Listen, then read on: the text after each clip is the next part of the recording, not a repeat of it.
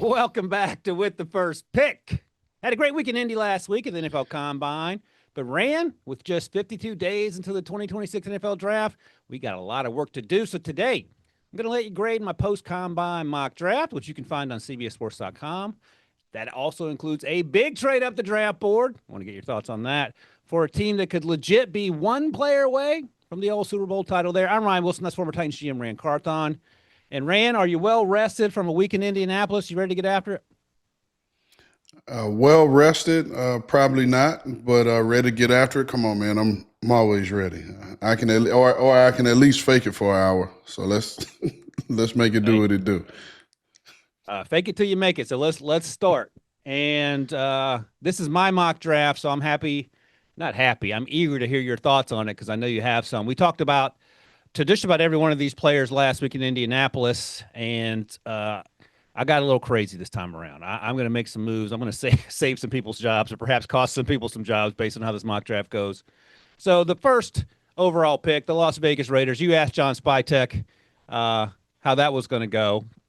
In true Rand Carthon GM fashion, he didn't answer the question, but we know Fernando Mendoza is going to Las Vegas unless something crazy happens. There he is, smooching the Heisman, a well-deserved honor there for him. I'll ask you quickly because we don't have to stick on Fernando. Any surprising takeaways from our conversation with him? Because for me, he was better than advertised. No, I agree, man. I thought he was better than advertised. He just, for what we had seen publicly, and I know people had, much to say about the genuine nature of his interviews. He just felt like a real dude to me when we talked to him. And then when he was walking on set, just to see how big he was. Yeah. He's a guy with nice size, with prototypical NFL quarterback size. So to me, he just showed when he came on our set. And I will say for those out there listening, watching, however you are consuming this podcast, he did say that he does watch our show. And that it was good to meet us in person after seeing us so much on TV. So shout out to Fernando for supporting With the First Pick podcast. Yeah, that we had a couple guys tell us that, and that obviously was the self-esteem boost I needed after hanging out with you and Pete Briscoe all week. So shout out to Fernando for making my life a little easier. Pick number 2. This has been penciled in as Arvell Reese, but let's mix things up a little bit. Tell me what you think about the idea of the Jets in my latest mock draft going with David Bailey, who explained to us that he ain't wearing any undershirts or nothing, as you see here, unless he gets drafted by a team up north. This is strictly about all business, is why he only puts on the pads and the cleats and gets after it. Yeah, I mean, he is a definite, undrafted free agent when it comes to the uniform. Because he's definitely not passing that test, but he had a little bit more swag when you met him in person. But I think my big thing with the New York Jets, and especially knowing that Aaron Glenn will be calling the defense, is what's the defensive structure? Are they going to be a 3-4? Are they going to be a 4-3? And I think that's going to ultimately determine which one of these pass rushers they're going to take. I don't think we know. I think if you go back in the history of Aaron Glenn, when he played in a lot of 3-4 structures. But I think the defense that he coordinated in Detroit was a 4-down structure. Maybe he's going to go with a multiple look up front. So we'll see. And I think as the process goes, I think the picture will be a lot more clear just in terms of what type of structure they're going to run. I'll ask you just quickly, do you think David Bailey could go ahead of Arvell Reese? I would say at this point, no, just based off of how he performed and hearing him say that he wants to be an edge, and just feeling like where people view him as an edge. I'm still going to hold firm on what I believe. I believe he's probably a better off-ball linebacker than edge rusher. So from that standpoint, if you're looking at purely an edge, then David Bailey is a better edge rusher. But I think Arvell Reese is the more versatile, probably better all-around player. Okay, well, let's see where he goes here. Hopefully he falls 21 to my Pittsburgh Steelers. For now, though, pick number 3. Let's get crazy, Rand. You want to get crazy? Let's get crazy. I'm doing a Julio Jones-style trade up. The Bills are coming from the bottom of the first round where they were picking 26 all the way up to 3. They have to get up to 3 to leapfrog the Tennessee Titans, the Giants, and the Browns, all who could be interested in a wide receiver. And you see the draft haul here. If you're watching, I'll read it quickly for people who will be listening to this later. 2026 first-round pick is what the Cardinals get, and 2026 second-round pick, 2026 third-round pick. Also, a 27 first and third. Bills give up all that to get all the way up to 3. And it's reminiscent of this Julio Jones trade. And I'll just tell you this, Rand. It felt like a lot of the time you were in the building in Atlanta when the Falcons moved up for Julio Jones. It ended up being the right move. 2016 season, excuse me, you guys should have won that Super Bowl. We know why it didn't happen. But all the players the Browns received, none of them were really noteworthy or difference makers by the time it was all said and done. Brandon Weeden was a part of that deal. Trent Richardson was a part of that deal. Grade the pick from the Bills' perspective that I have in this scenario, trading all the way up. Grade the player, Carnell Tate, because I know you and BMAC said Jeremiah Smith would be a better option, but he's not in this draft class. And then grade the possibility of this team in Buffalo, Carnell putting them over the hump to be legit Super Bowl contenders next season. Well, I appreciate the aggressive nature of the trade, and Okay. and like we told Brandon Bean when he was on set, like, hey man, it almost feels like you have to come out of this thing with a wide receiver. Now, we did say we would have his back and help him fight his way out of Buffalo if he doesn't take a wide receiver.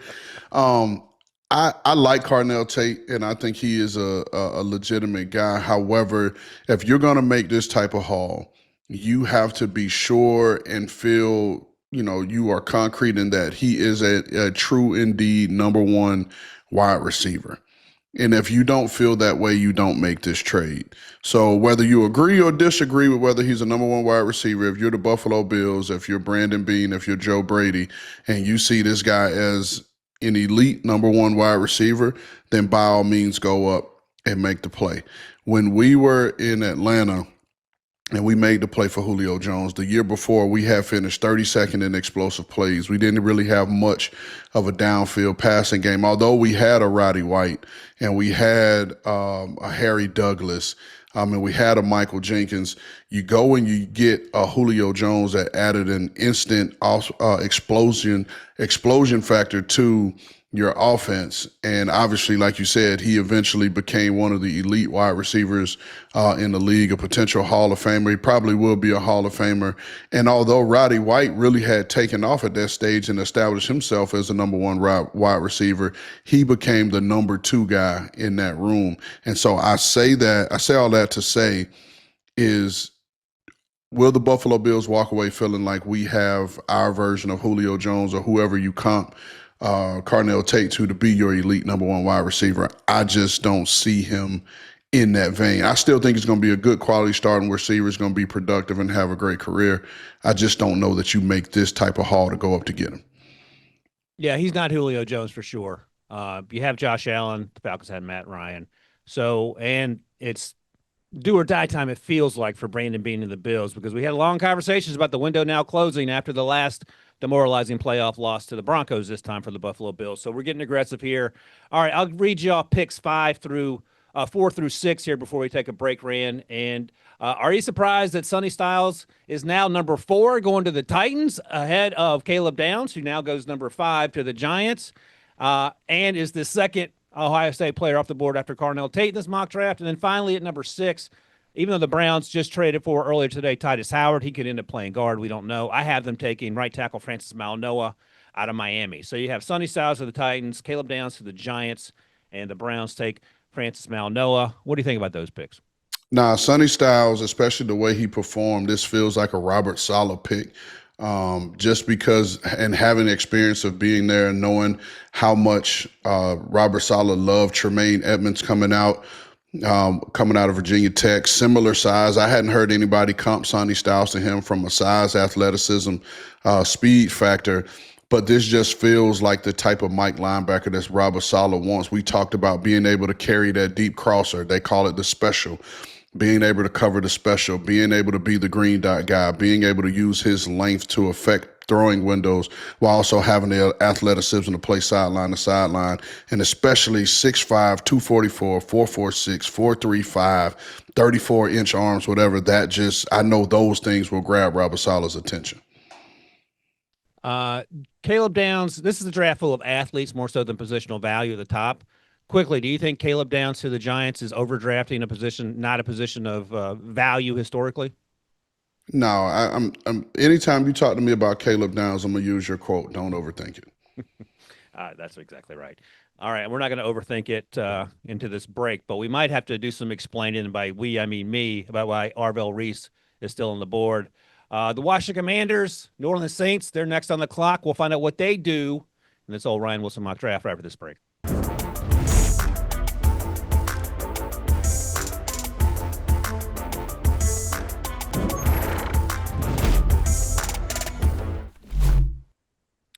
Welcome back to With the First Pick. Going through my mock draft. How would you give you didn't give me a grade. How would you give the grade on the trade up for the Bills from 26 to 3 to get Carnell Tate, who was not, I think we admit, Julio Jones? I guess I give it a B because Okay. I do think Carnell Tate would be a day one starter for Buffalo if he were to go there. I think he'll be a day one starter for every team he went to. All right. Like I said, you just have to be convinced that he is an elite number one wide receiver. Okay. And when we get down to pick 26, I'll give you some options of what I did for the Cardinals, not only with that pick, but with all the other draft haul they currently find themselves with in this mock draft. All right. Next up, the Washington Commanders at number 7. Somehow, Arvell Reese is still here. This is a no brainer. They have needs at edge rusher, but this is a no brainer, even if you have 2 or 3 guys that can get after it off the edge. You agree with that? No, I agree, and he'll be a really good replacement for Frankie Louvu. And you talk about guys that we met with and had good conversation with. The number one thing he kept saying, and when we were talking to him, I'm a dog. I'm a dog. And you felt it when you talked to him about it. He had that look in his face. There's just certain people that just scream that they are the position that they play, and he just screams linebacker to me. When you see him, when you talk to him, he just has that presence, that it about him. And I think he'll be the perfect Sam linebacker in this scheme. The Sam linebacker in this scheme is a superhero. You got to cover, you got to set the edge, you have to be able to pass rush, and those are all things that Arvell Reese does at a very high level.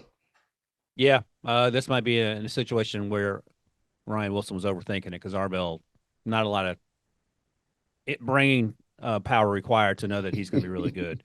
At pick 8, the New Orleans Saints. We talked to this young man as well. I love that Jeremiah Love didn't even pay attention to football outside of his own concerns until his dad forced him to start watching YouTube clips. And I learned that Barry Sanders is a pretty good player. I have him going number 8 to the New Orleans Saints. And he only solidified that, Jeremiah did, with the way he performed at the combine. I got some Jahmyr Gibbs at his pro day workout vibes watching the twitchiness with which he plays. Well, I'll say this.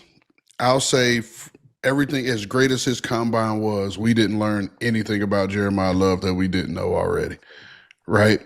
And even going back to what you said about Jahmyr Gibbs, his pro day at Alabama was probably one of the best displays of quickness and being light on your feet. I'll never forget him going through the bags and you did not hear a sound coming through that. And that was just so foreign. I was standing next to his running backs coach, who's a former teammate of mine.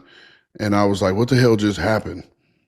And I was like, because I didn't hear a sound. And the very next guy, you heard the stomping, you heard the feet, which is fine, but just Jahmyr Gibbs was just on a different level. But Jeremiah Love to New Orleans, I mean, you put him in the backfield right now as it currently stands with Alvin Kamara and having those guys be a tandem. And you keep this New Orleans offense heavy with Kellen Moore calling, Tyler Shuck coming on. NFC South better pay attention. I'm glad you mentioned that about the pro day for Jahmyr Gibbs. That was one of my first pro days, and I remember having to pick my jaw up off the turf several times watching him move, unlike most human beings move. So the fact that you've been doing this forever and a former running back, I'm glad I wasn't alone in that feeling. All right.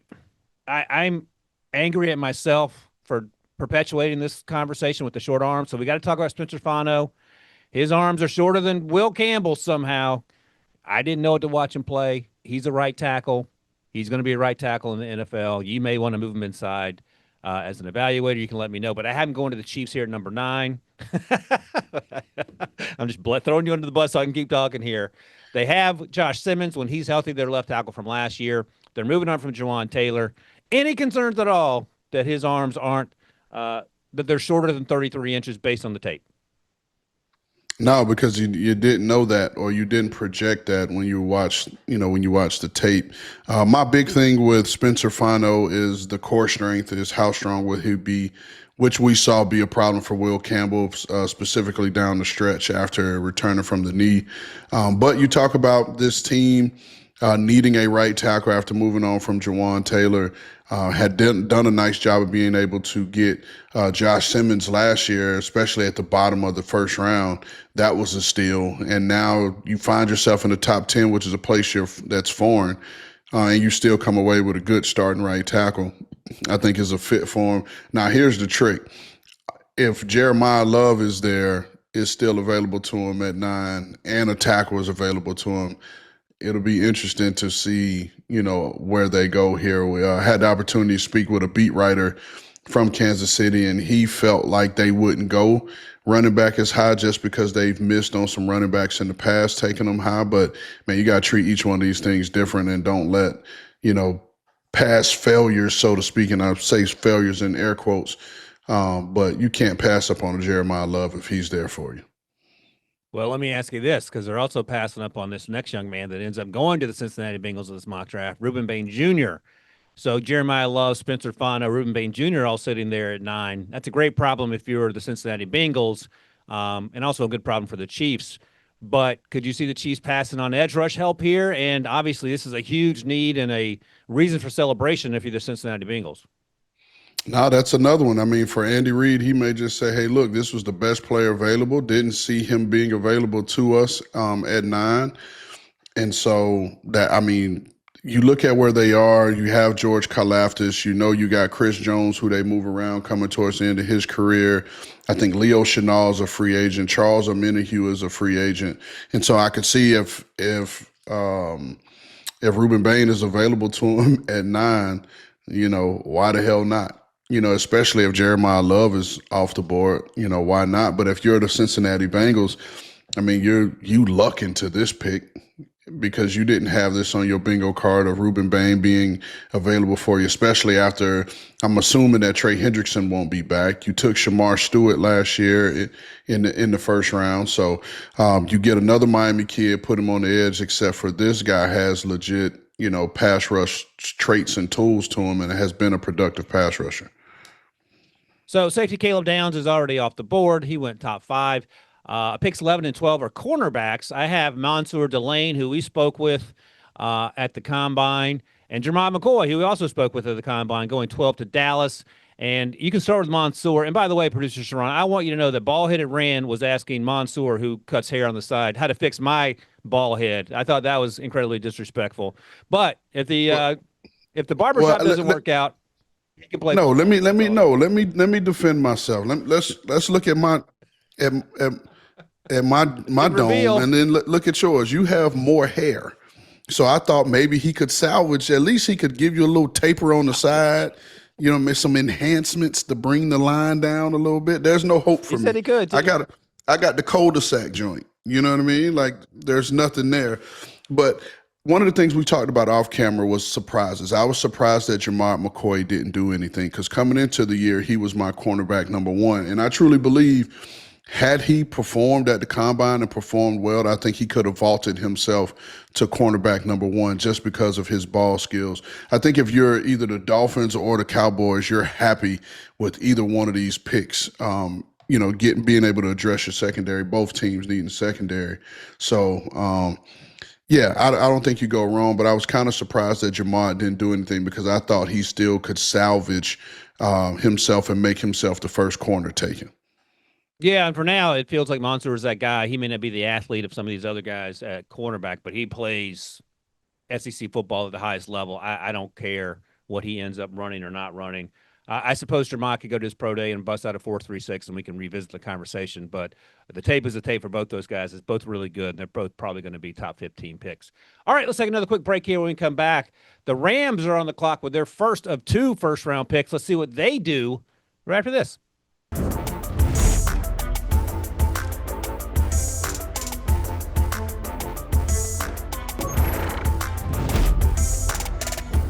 All right, Rand, the LA Rams are on the clock. This is the pick they got from the Falcons for the James Pierce trade last year. They need help several spots, nothing major outside of the secondary. I'm going with Colton Hood, the cornerback out of Tennessee. He played in 2025. He certainly had a really good season, had a really good Senior Bowl. Thought he had a pretty good combine as well. Is 13 too high for a quote unquote the other corner from Tennessee? But I think it's for me, it feels like a need for the Rams for sure. No, it's definitely a need for the Rams, and I mean, to be honest with you, man, I mean, once you see those first two corners, like especially if it falls like you have it in your on your draft, once cornerback one, cornerback two goes, and you're sitting there knowing that you need a corner, I know Les's thought and his philosophy. He's not going to pass up on a guy that he values just because he may feel like he should be picked 7 spots lower. We had the same thing come up with Rob Havenstein years ago when we were in St. Louis, and we took him. That draft class just so happened to be short on tackles, and when we got to our pick in the second round, we were sitting there, and literally Rob Havenstein was a corner that we liked. But it was like, do you take him here in 2? And Les was like, well, where the hell else are we going to take him? Because if we try to wait till our next pick, he won't be there. And so we end up taking him. And obviously, I mean, Rob played last year, so he's still kicking. So I don't, when you ask the question, is this too high? No, it's not high, especially if your top 2 corners on your board have already gone. This is another guy that you value just as much as those other 2. All right. Let's get to the old Florida Gators part of the conversation. We met with Caleb Banks, all 6'5", 330, 35-inch arms of him on the set. Producer Sharon, he actually watches this podcast with his mom, so shout out to him and his mom if they're watching right now. Healthy, he dominates, Rand. We know he had the foot injury last year, but he went to the Senior Bowl and just took over all 3 practices. And this is an enormous need, literally and figuratively, for the Baltimore Ravens. Yeah, I mean, to use Pete Prisco's word when the young man walked off our set, Pete Prisco was like, and that is what they're supposed to look like. And this is a large human, and at 300 whatever pounds he weighs, 325, 330, whatever it is, when you see him, you don't know where that weight is just because he's so well put together. He is rising on teams' boards. I think there was a little bit of a concern because I think the foot kind of nagged him a little bit at the combine workout, so he didn't necessarily finish that, but he still put on a hell of a performance. Great kid to talk to, and like you said, he's a fan of the show. And shout out to you, Miss Mary. I know you watching the show, which is Caleb Banks' mom, so shout out to her as well for watching the show. And yes, Miss Mary, we picked your baby 14th overall. No, me. Don't. Well, don't Ryan did. My bandwagon. Ryan did. Speaking of impressive young men, next up, the Tampa Bay Buccaneers take Kenyon Sadiq out of Oregon by way of the state of tight ends, Idaho, which is, I think you were a little surprised. I was surprised when I revisited my notes, but he follows Colston Loveland out of the state of Idaho, out of Idaho. Get it out. Get it out, B-Mac. Got my new lips here. He absolutely dominated the 40 and the vertical. And we've talked about his 2025 tape wasn't quite as impressive as his 2024 tape. That doesn't mean he can't do it. That just means for whatever reason, it didn't happen as consistently in 2025. Do you like the fit in Tampa Bay? And is 15, is that too rich for you? 15, I would say, is a little rich, just based off of because the year that in 2024 he wasn't the guy, and it was exciting to see him have to be the guy this year. And although he performed well, when you go back and look at the numbers, he performed well, but we expected more. And I don't know if that says more about us than it does about him. But I just think at the tight end position at 15, I do think Tampa Bay has bigger needs that will need to be addressed there at 15. But nonetheless, I'll be honest with you, and it was the one guy that I asked him about. Because to me now he's becoming more and more comparable to Evan Ingram. When you talk about the size, I didn't expect him to be as big as he was at what he weighed in and measured in. I thought he would be a little bit shorter. I thought he'd be a little bit smaller. Definitely didn't see the 4.3 speed, but those are all Evan Ingram-esque numbers.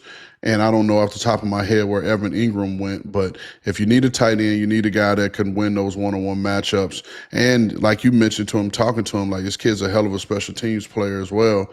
A guy that can give you value out of that room, which is always important. So super impressive young man when we sat down and talked to him.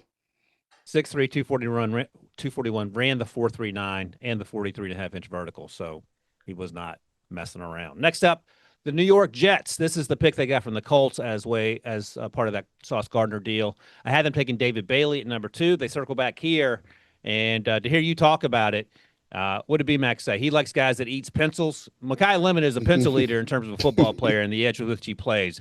You talk about tone setters and locker room guys changing the culture. He feels like that to me, Rand, in New York. Yeah, B-Mac talks about guys that eat pencils. He eats those big fat kindergarten pencils. Those ones. This was an intense dude. Just in seeing him around and paying attention to him. He's about his business. He's cut and dry.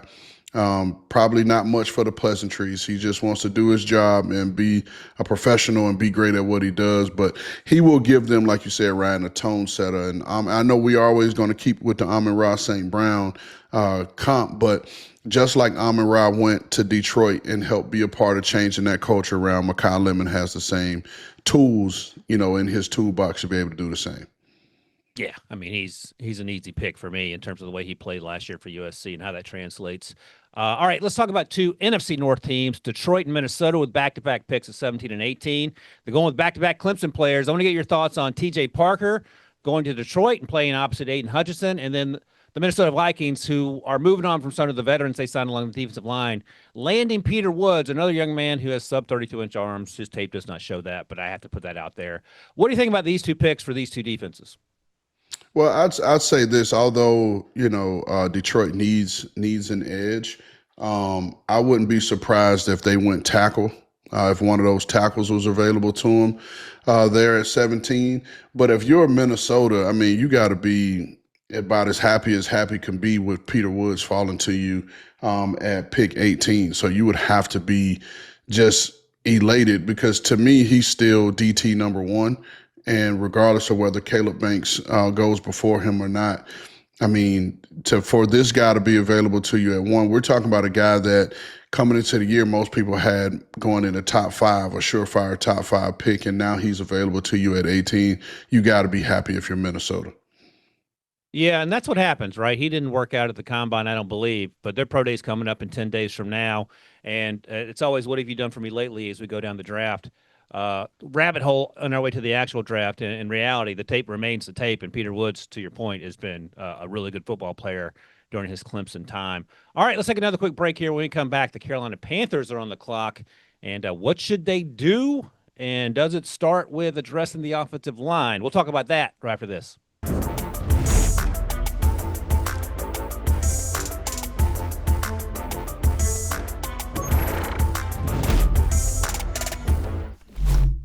Welcome back to With the First Pick. We got our producer in our ear doing quoting the original 1980s A-Team. So that's where we are in our process, Rand. You're not B.A. Baracus in the scenario. Producer Sharon is. So I don't know which one that makes you on the original cast. I just told him I would never call on him because I know he'd come up short. So moving on. Pick 19, the Carolina Panthers are on the clock. I tell you who isn't short, Caden Proctor. I had a chance to speak with him at the Combine. After everyone left me high and dry, I like to hang around and talk to the offensive linemen on Saturdays. And, we joked in the week leading up to the Combine, Rand, that he had played what his comp would be for playing running back, which he did last year, and what his comp would be for being wide receiver. He comped himself to Megatron as a wide receiver, which isn't far off. And as a running back, he didn't go Derrick Henry. He went Jerome Bettis. Either way, I think both those comps are good. But I have him going to the Carolina Panthers as their left tackle of the future. Ike Ekwonu had the knee injury late in the year. We don't know when he's going to be healthy. His contract's going to be up after the 2026 season. Any pushback from you, if you are a Panthers fan or an evaluator, for taking a left tackle here? I was going to say the fit, and obviously, and we spoke with Dan Morgan briefly about the injury, and he was encouraged and said that, you got to treat each athlete different and how they recover and how their bodies are. I get the premise and I understand why you would do it, but I would also say that they would, want their guy back, even though his contract is coming up and he's coming off of a knee injury. I see why you went here. Probably could have gone maybe linebacker here, inside linebacker here, or maybe even another edge guy. because they need both of those. But I understand why you went here. Yeah, and edge was a consideration, but they took Nick Scorton and and Princely Umanmielen last year, so I wanted to be a little patient there. And when I do my 2-round mock draft, I'm going to have the Panthers trading up for Jacob Rodriguez so he and Dan Morgan can have long conversations about playing the linebacker position. So that's how I'm going to cover myself on that one. All right, next up, pick 20. The Dallas Cowboys are available and on the clock. They took Jermod McCoy earlier, and I have them taking Keldrick Falk, another edge rusher that we spoke with last week. He is 21, not 20. He's still young, and he's still scratching the surface on his abilities. But I love the idea of him lining up next to Quinnen Williams in Dallas. Yeah, man. Shout out to Keldrick, and we were teasing him about the birth certificate thing because the entire NFL was wrong about his age, and he cleared it up, for us. And like we told him on the show, he was cheating. He was older and used a birth certificate shaved off the year so he could play with the younger kids. But love this young man, and I think he's still growing as a pass rusher. I'll say that. He's still growing as a pass rusher, but he is probably one of the better run defenders in this draft class in terms of edge defenders, just with his instinct and feel and his ability to recognize blocks. And so he has that block scheme recognition and get those tackles behind the line of scrimmage, but he's still evolving as a pass rusher. I just recently saw that Donovan Ezraku had a hip procedure done. So, adding to their need for an edge guy, and I like to fit here for Keldrick Falk. All right, pick 21, the Pittsburgh Steelers.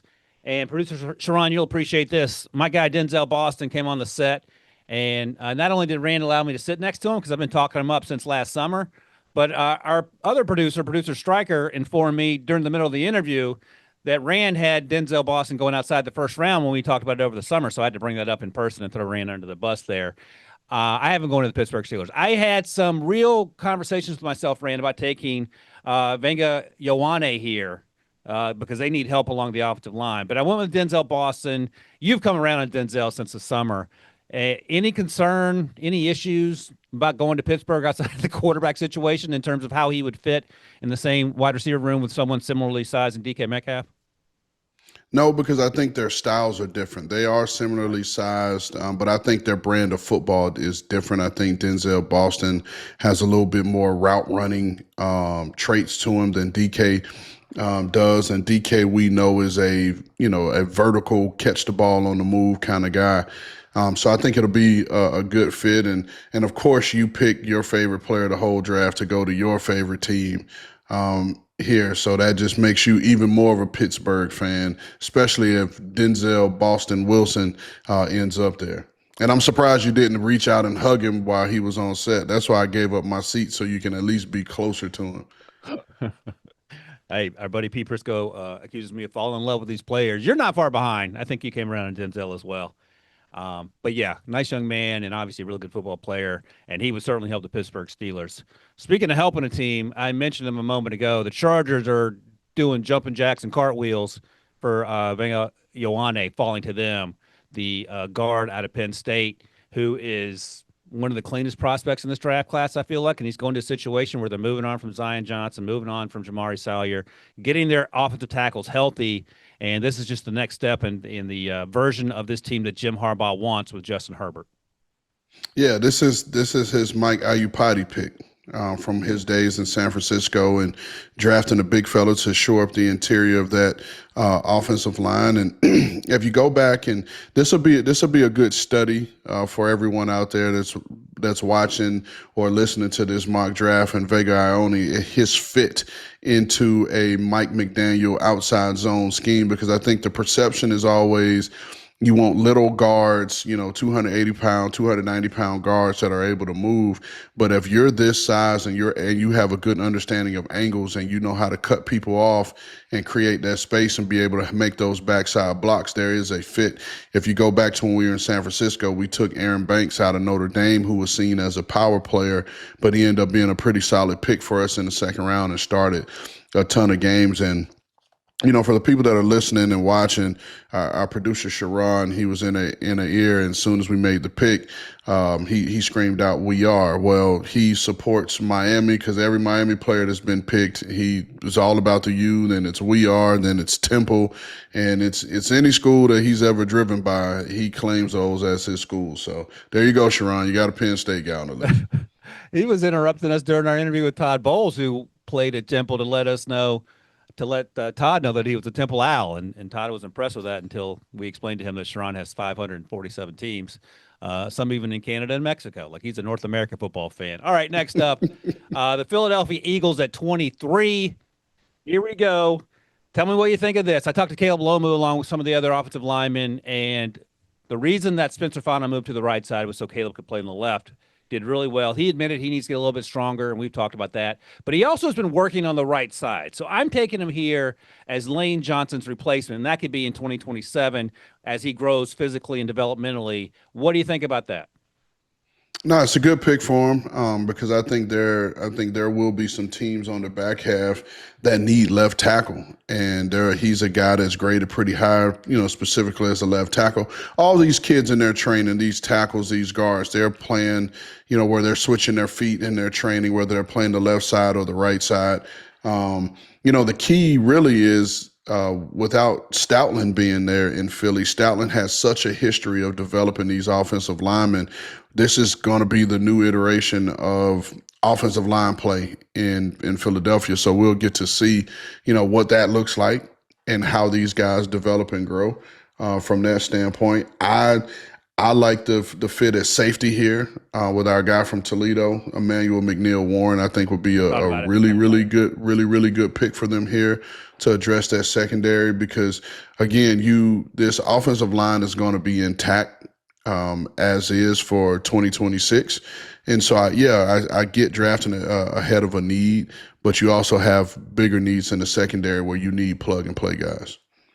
All right, fair enough. I'm not going to push back on that. And we talked to Emmanuel as well, E-Man, and he makes a ton of sense here. All right, give me one sentence on the Browns and Jordan Tyson, and I want to know the injury issues and concerns, and then one sentence on the Bears taking 25-year-old Akeem Mezdor, who is going to hit the ground running. Yeah, no brainer. If you're Browns, you need a receiver. Jordan Tyson, who is still my wide receiver number one, is there. You take him. Obviously, you deal with the injury stuff. You learn more about it, and you make your decision from there. And then Akeem Mezdor, I'm going to stand firm. I think he is base down, edge guy, first and second down, and you kick him inside, and I think he'll be a complete menace rushing inside, and I like his versatility. And although you expected him to say that he loves it doing, rushing from inside and outside, if you listen to our interview with him, he got a little fired up when he was talking about all the possibilities of rushing inside. So I think he likes it in there too. Shout out Ottawa, Ontario too. I believe that's where he's from. He's definitely Canadian. I think Ottawa. It was great talking to him and everybody except for Pete. All right, we're going to take a quick break here. When we come back, we're going to revisit this trade here and see what the Cardinals are doing now that they've traded down to 26 with the Buffalo Bills in this mock draft trade. And we'll do that right after this break.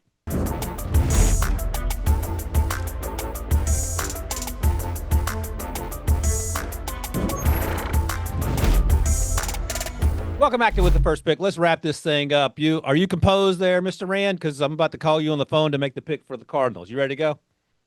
Let's do it. Well, he is struggling, producer Sharon. Let's do it. So pick 26 here. And you know what? I'm going to get your thoughts on this pick. And then I'm going to tell you, I did my little mock draft simulation for the rest of this draft for the Cardinals. And you tell me if you like that better or the Bills situation. But let's get to the pick first here. I have them taking Blake Miller, right tackle out of Clemson at pick 26. In addition to all the stuff you see here on the screen they got in this mock draft trade that they can use to make this team better, you have Paris Johnson Jr. now at your left tackle position, the former number 6 overall pick. Get the right tackle. Now you got to fix everything else. What do you think about Blake Miller specifically?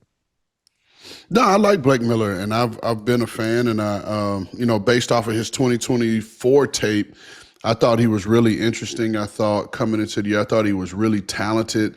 It was just you lacked consistency just in terms of his fundamentals and technique.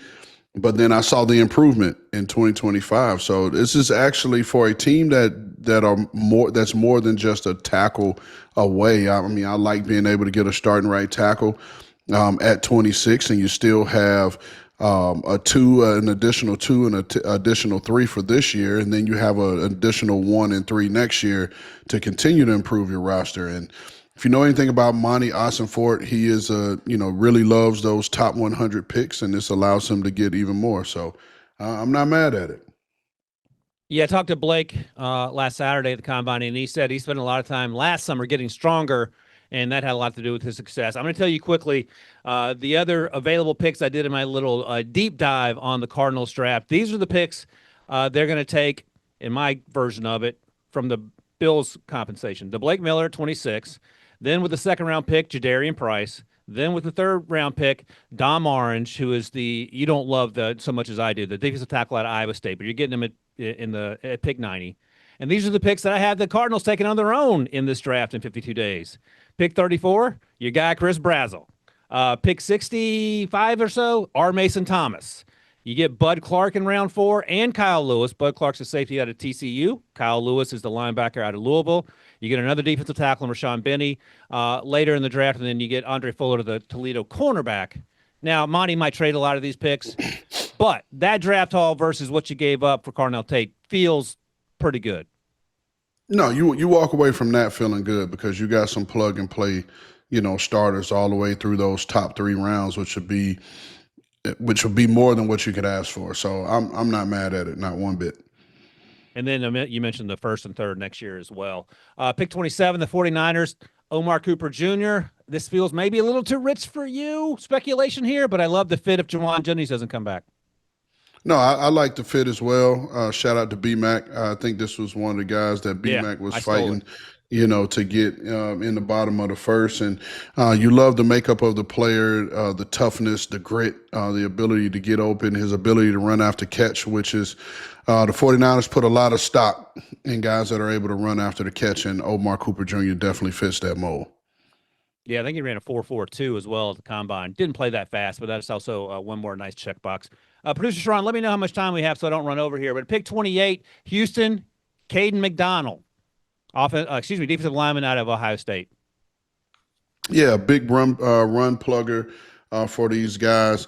I would say this, in a perfect world, I'd love to see Caleb Banks end up here. For those people that still have questions about him, I would love to see him in this Houston Texans defense. But, big fan of K-Mac and how he's able to go about his business. All right, I'll go through the rest of these, and I'll let you highlight a few of them here. Pick 29, the Rams' second first-round pick, Ty Simpson. Rams fans may not be crazy about it, but they will love the fact that he's going to turn into a really good quarterback in that system. Pick 30, I have the Broncos taking C.J. Allen, the linebacker out of Georgia. He is an old-school downhill thumper. Pick 31, New England taking Emmanuel McNeil-Warren, the safety you mentioned earlier, potentially to the Eagles. They need help in the secondary. They lost Jalen Hawkins. I love the idea of him next to Christian Gonzalez. And finally, the Seahawks take Avion Terrell, cornerback out of Clemson, who could go higher than this, but we can say that about every single player. Any one of these guys stick out in terms of someone you want to talk about? No, I mean, I love the fit for E-Man in New England. I think that's a good fit. I think all those are good fits, 29 through 32. I would be interested to see if Avion Terrell ends up in Seattle, how they're going to play him, because I think he's an outside-inside guy, but you get the same versatility in Devon Witherspoon. So just seeing what the true fit is there. Yeah, and it wouldn't be shocking at all if John Schneider actually traded down, because we've seen him do that in the past. All right, that is the post-combine Ryan Wilson mock draft with a crazy trade up for the Buffalo Bills and a draft haul for the Arizona Cardinals. Check out With the First Pick wherever you get your podcast. Scan that QR code, and we'll see you guys in the next one.